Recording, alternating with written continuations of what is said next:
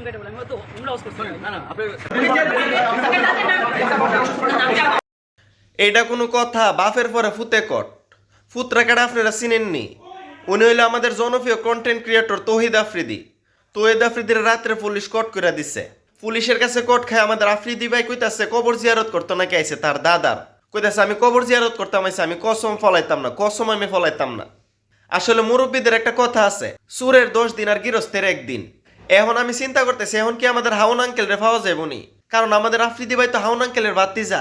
চাচ্চু চাচ্চু করে তো একবার জীবনটা দিয়া লাইছে। এ হাউন আঙ্কেল কি এখন আসবে? হাউন আঙ্কেল রে তারা নাইলে কেটা ছুড়াইতে পারবো। কারণ বাফেও কট, ছেলেও কট। আবার রাইতের অন্ধকার আমাদের তৌহিদ আফ্রিদি বাইরে কট করে দিল পুলিশে। ইতিহাস সাক্ষী, মানুষ যে কর্ম ফলই করুক না কেন, 10 বছর হোক 20 বছর হোক, এর ফল পাইব ঠিকই। এখন ফায়া যাইতাছে মানুষে।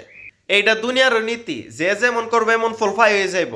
এখন কত লেগে আফ্রিদি ভাই তো কয়েকদিন আগে ভিডিও করছিল যে বাফের লাগে মায়া লাগতেছে, বাফের লাগে কষ্ট লাগতেছে। এখন ভাই আর মায়া লাগতো না, এখন একবার আপনার বাফের সাথে বয়ে দিব। আপনার বাফে আর আপনার থেকে দূরে না, আর আপনি আপনার বাফের থেকে দূরে না, এখন বাফের সাথেই থাকবেন। জেলের মধ্যে একবার বাপ পুতে একসাথে থাকবেন, তাইলে তো আর মায়া লাগতো না। ঠিক আছে না ভাই?